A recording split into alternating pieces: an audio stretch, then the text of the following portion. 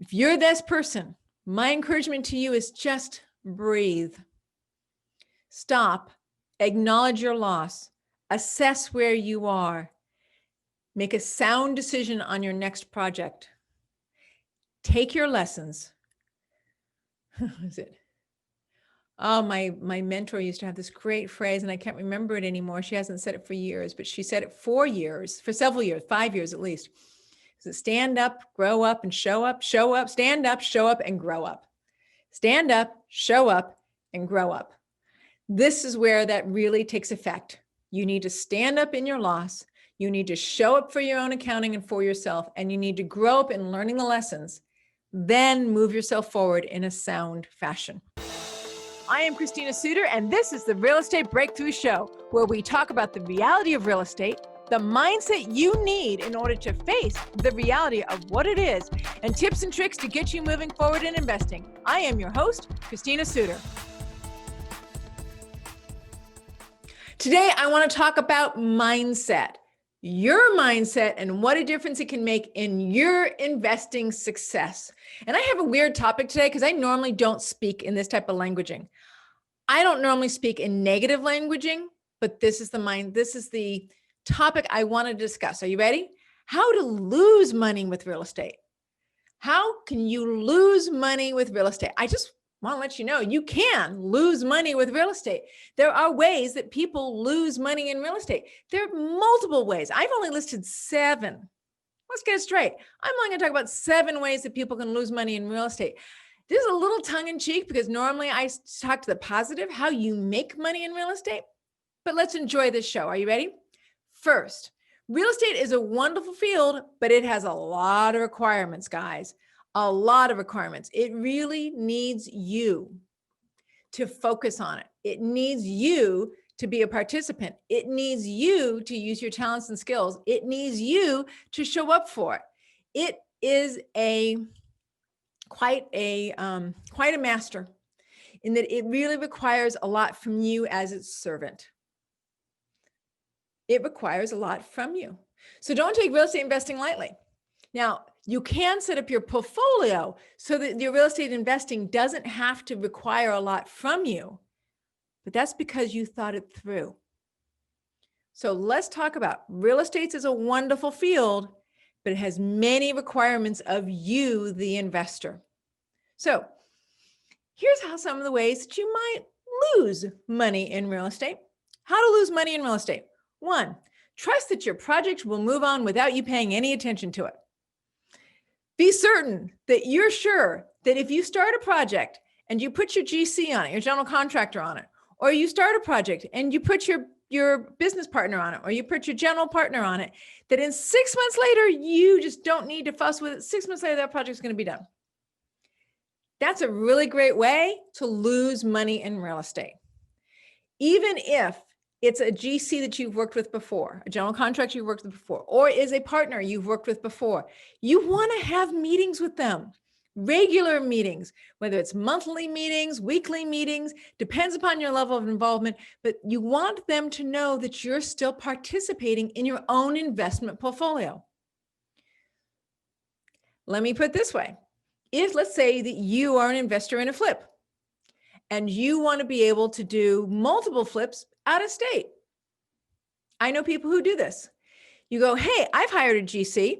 They're in charge of all the flips. I don't need to talk about it. I don't need to worry about it. They'll just text me when they need more money, and they'll just text me when the property sells, and it's all going to be fine.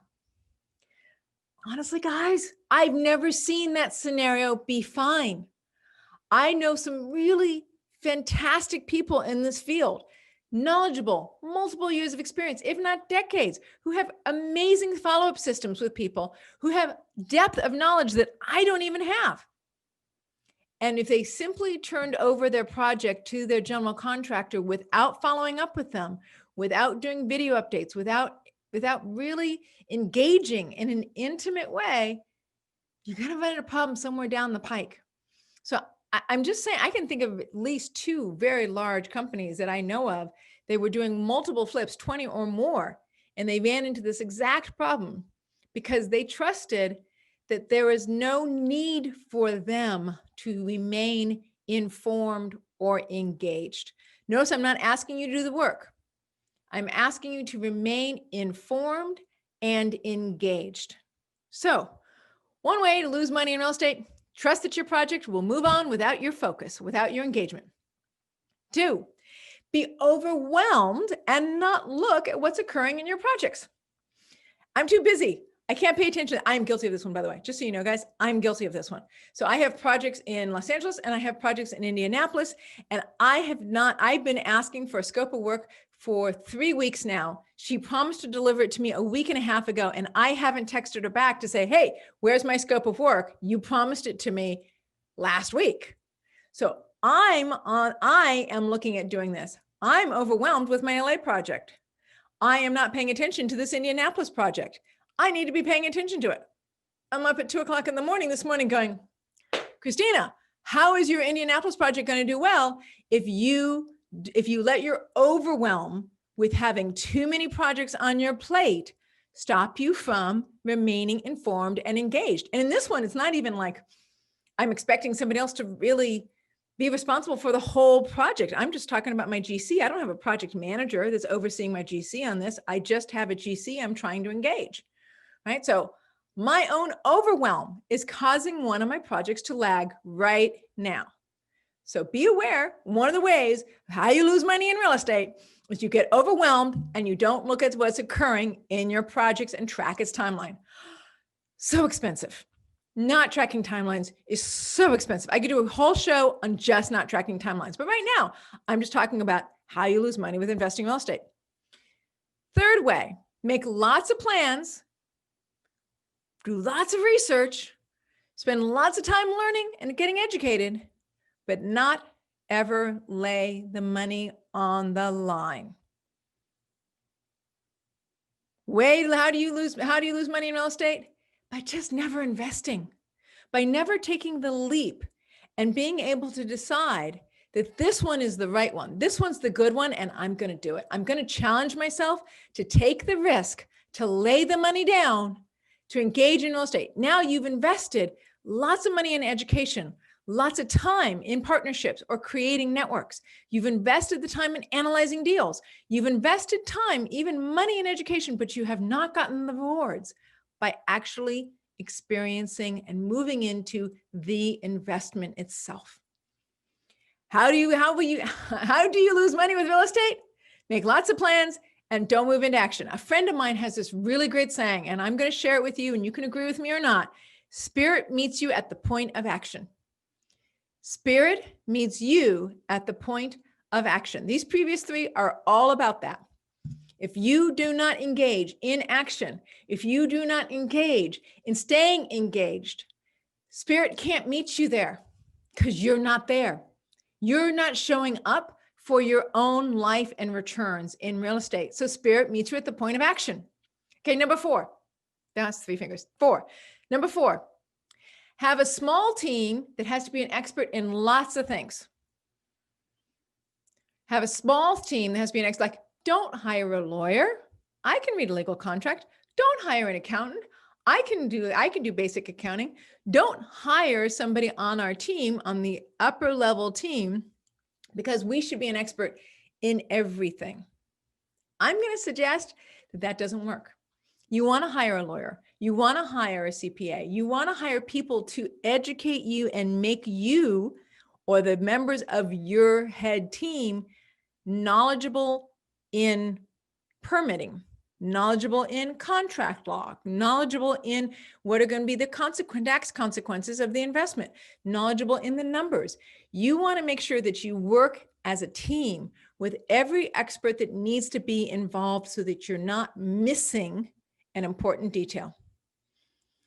Have a team that's too small and it's going to narrow you down.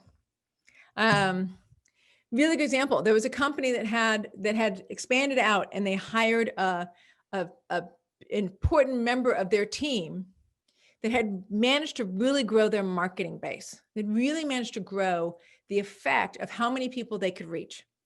Now that they were larger and they had reached more people, they fired that person. Question is, for how many years are they going to be okay? not having that marketing person that had built the goodwill and had built the brand and had built the solidity that that company was now standing on. Just an example. Now, I'm not saying you need to have a huge team. I'm not saying spend lots and lots and lots of money, because that could be the other mistake on the other side, which is you hire so many experts and you give away so much money that you end up not making any money because you're constantly concerned that you haven't covered all the holes. I'm not saying that. There is a balance between the two. So, how to lose money with real estate investing? Having a team that is too small to answer everything that needs to be done. Okay, number 5. This is very much like that. Never split the profits, do all the work yourself. So here's an example. I had a guy who called me. He wanted to work with me, or he was considering working with me. And one of the things he said to me was very revealing. He seemed like a very knowledgeable investor. He had multiple buildings of his own. He'd been investing and holding these real estate properties for 15 or 20 years or longer. Clearly, in my mind, I'm like, why is he calling me? He doesn't need my help. I've been investing for 30 years. He's been investing for 20 plus years. He has multiple buildings of his own. He seems to be running them himself for a long period of time. What's his concern? Why are you calling me, sir? You seem like you actually have a pretty good hold on your own portfolio. He said, well, here's the thing. I think I'm leaving money on the table. And I'm like, okay, how are you leaving money on the table? What he said was, half of my units are empty in one of my buildings, and there are several units empty in other buildings. And I went, oh, I could see how that's leaving money on the table. I said, help me understand, why are those units empty? He said, because I redo the units myself. And I just don't have the time to get to them. I'm like, oh, wow. And I apologize. If you're the person who called me and you're listening to this, I apologize. If you're like this person, then take the lesson. Because what he didn't allow for was a team that was big enough that he actually was leaving money on the table. He told me that. He was knowledgeable and he understood that he was leaving money on the table. He could see it in his own mind. But he didn't hire the team he needed to hire. Penny wise, pound foolish. He was wise in that he did a lot of the work himself, and he's capable of doing the work himself, and he trusted that he could do the work himself. And that's probably very accurate. But his lifestyle or his time did not actually allow him to roll those units over in a timely fashion. So every month he's leaving money on the table because he didn't want to split his profits. So team too small, team too big, same problems. You need to have a team that's big enough that you have what you need, but you don't want to have a team that's so big that it's draining everything. Okay. So how do you lose money in real estate? By never splitting your profits and demanding you do it all yourself. Okay. Number 6, never do the math beforehand. Never do the math before you start a project. Because, well, if you just do the best that you can possibly do, or the best that's possible on the market, your numbers will work, right? Or numbers don't make sense to me, so I don't like doing the numbers, but I understand the design work. Or I understand the GC, I understand how to be the general contractor, but I don't understand all that's involved. If you're one of those people who doesn't quite understand how the money works, if the math isn't natural to you, get somebody to help you. Get somebody to sit down with you at a coffee shop. Go to a Denny's or a Norm's or a McDonald's or the finest hotel in town for all I care. But go and meet somebody for a cup of coffee and say, will you review my project and give me a sense of my financials? Will I make money on this or not? I know GCs who are flippers who come to me, and that's what I do for them. I help them do the math end of their calculations so that they understand how to ensure that they're going to take a profit home with them. So talk to a friend, talk to a mentor, talk to your wife or your husband, talk to your kid, talk to me, talk to somebody who can sit down with you and do the math. How to lose money in real estate investing? Never do the math before you start a project.